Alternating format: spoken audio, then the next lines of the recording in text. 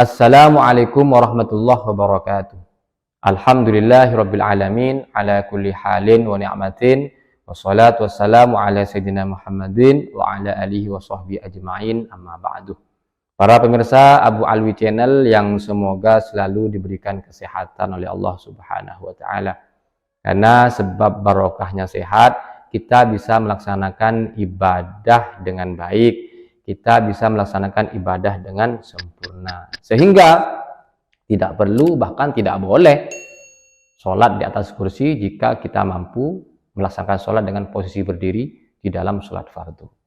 Nah, di kesempatan ini saya akan membahas bagaimanakah hukumnya sholat di atas kursi yang sebenarnya.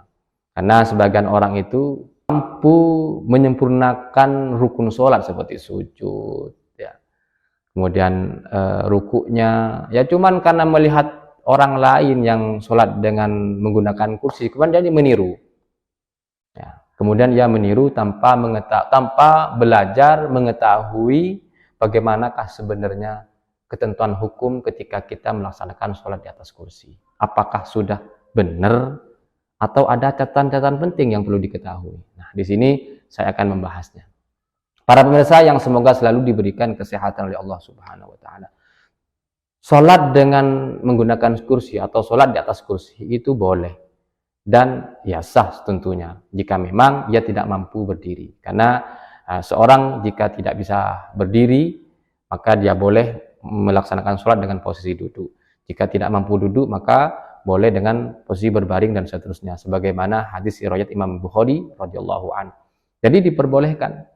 Hanya saja ada catatan penting yang perlu dipahami. Nah, kemudian seandainya seorang itu ada pilihan, apakah lebih baik sholat di atas kursi, apa sholat di lantai atau di bawah? Tentunya katanya ulama yang lebih baik ialah sholat di bawah, sholat di lantai. Kenapa? Karena lebih utama dan lebih dekat dengan kesunahan wa ilal khusyu'i dan kekhusyu'an. Nah, jadi sebenarnya para pemirsa yang lebih utama itu sholat di lantai, kecuali jika memang sholat di bawah atau di lantai itu menyebabkan dirinya kesulitan, misalkan ketika sujud, ketika ruku, sedangkan dengan posisi duduk di atas kursi dia lebih bisa melaksanakan sholat dengan baik, maka tentunya sholat di atas kursi bukan malah boleh, malah memang seharusnya. Nah, tetapi kan berbeda ketika seseorang itu melaksanakan sholat di atas kursi, otomatis ya di situ ada rukun sholat yang tertinggal. Apa itu? Yaitu sujud. Coba ya, sujud itu syaratnya ialah ya, di antara syaratnya sujud ya, harus melibatkan 7 anggota: dahi, kedua telapak tangan, kedua lutut, kemudian bagian dalam jari kaki. Nah, 7 anggota ini harus menempel ke tempat sujud. Jika salah satu tidak menempel ke tempat sujud, apalagi semuanya, maka sujudnya tidak sah. Otomatis sholatnya pun juga tidak sah. Nah, sekarang bagaimana orang yang sholat di atas kursi? Kira-kira apakah sujudnya sudah benar apa tidak? Ketika seorang sholat di atas kursi, saya contohkan seperti ini. Nah, rukuknya kan begini, kemudian sujudnya lebih rendah lagi. Nah, di sini yang menempel hanya bagian kaki saja, bagian dalam jari kaki, sedangkan kedua lutut, telapak tangan, dahi ini tidak menempel ke tempat sujud. Padahal apabila ia sholat di bawah, apabila ia sholat di lantai, itu bisa melaksanakan sujud dengan sempurna.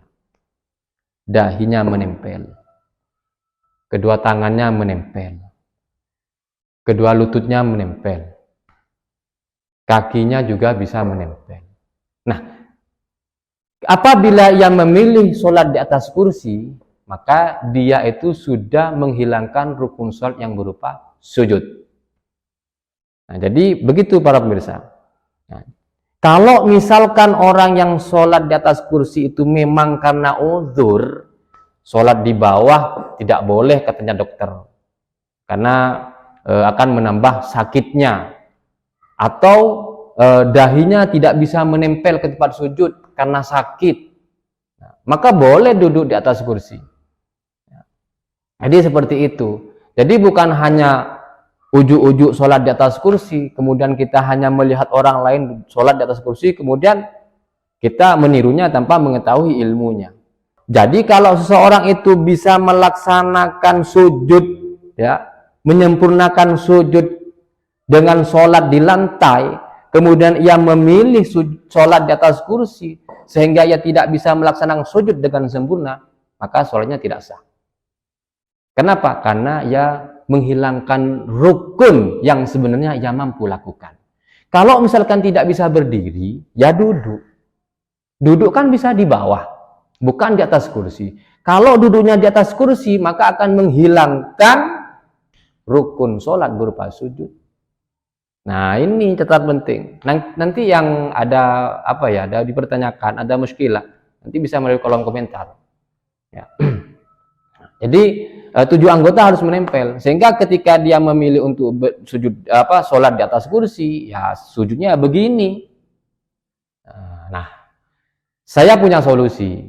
Orang yang sholat di atas kursi, padahal ketika ia sholat di bawah atau di lantai itu bisa melaksanakan sujud, tapi dia memilih sholat di atas kursi, namun bisa tetap sah. Dengan catatan ia menggunakan benda atau bangku kecil untuk meletakkan dahinya ke tempat sujud. Nah, ini saya contohkan seperti ini. Nah, ini tapi para pemirsa, kalau misalkan yang sholat di atas kursi, jangan menggunakan bangku yang panjang seperti ini makan tempat, malah nanti bisa bermasalah dengan jemaah yang lain. Jadi gunakan bangku kecil saja yang sekiranya cukup untuk kepala. Nah, kalau seperti ini bahaya para pemirsa.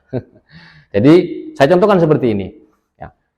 Kalau orang yang sholat dengan posisi di atas kursi seperti saya ini, ya, jadi rukuknya kan begini. Ya.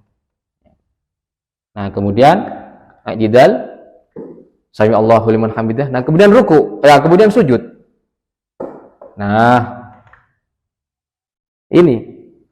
Kalau sudah seperti ini, maka dia sudah melakukan sujud dengan sempurnalah. Kenapa? Karena dahinya menempel. Kemudian kedua tangan bisa menempel ke tempat sujud. Meskipun sebenarnya ini ada perbedaan pendapat ulama. Ya. Menurut Imam Nawawi, 7 anggota itu wajib menempel. Tapi menurut Imam Rafi'i, untuk 7 anggota ini tidak harus menempel semua, yang wajib hanya dahi. Sebagian dahi yang wajib hanya sebagian dahi. Nah, ini pendapat yang azhar menurut Imam Rafi'i. Pendapat ini boleh diikuti, ya, boleh diamalkan. Hanya saja kalau misalkan mau memilih yang lebih baik tentunya dengan cara tidak melakukan hal-hal yang dapat menyebabkan terjadinya perbedaan pendapat ulama. Tetapi kalau misalkan saya sudah terlanjur biasa sholat di atas kursi, bagaimana? Ya sudah, tidak apa-apa. Ya, tapi sediakan bangku di depan untuk sujudnya, nah, biar dahinya menempel seperti ini. Nah, kalau sudah seperti ini, menurut Imam Rafi'i sah sujudnya. Menurut Imam Rafi'i sah sujudnya. Kenapa? Karena dahi yang wajib menempel, sebagian dahi wajib menempel betul-betul sudah terwujud. Bisa diwujudkan dengan adanya bangku kecil ini. Tetapi kalau tidak ada bangkunya di sini, ya, cuman sujudnya begini saja, maka tidak ada ulama Syafi'iyah yang menganggap sah sujudnya itu. Ya. Tidak ada ulama Syafi'iyah yang menganggap sah bersujud dengan tidak menempelkan dahi ke tempat sujud. Makanya wajib menggunakan bangku kecil untuk menempatkan dahi. Nah, terkecuali misalkan dahinya sakit.